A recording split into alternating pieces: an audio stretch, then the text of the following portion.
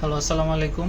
এই যে দেখতে পাচ্ছেন সিসিটিভিতে জিরো, কোনো ভিডিও শো করতেছে। তো প্রবলেমটা আমি আপনাদের দেখাই। এখানে মেনু অপশনে গেলাম, মেনু অপশনে গিয়ে হার্ড ডিস্কে গেলাম।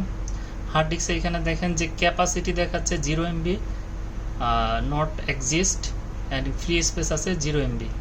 তো দেখেন ভালো করে এই অবস্থা। তো আমি কিভাবে প্রবলেমটা ফিক্সড করি আপনারা দেখেন। ক্রস করে আমি এক্সিট করে বেরিয়ে যাচ্ছি।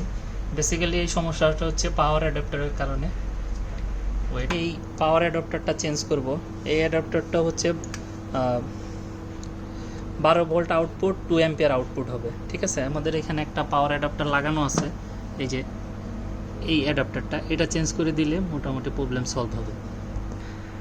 দেখেন ও পাওয়ার অ্যাডাপ্টারটা চেঞ্জ করে দিচ্ছে। এখানে হয়তো ওইটার আউটপুটটা কমে গেছে। আউটপুটটা আপনারা চেক করতে পারেন মাল্টিমিটার দিয়ে।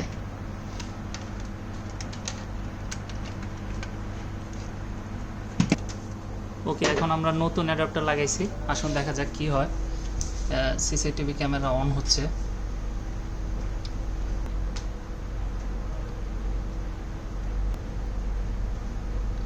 এই যে অন হচ্ছে।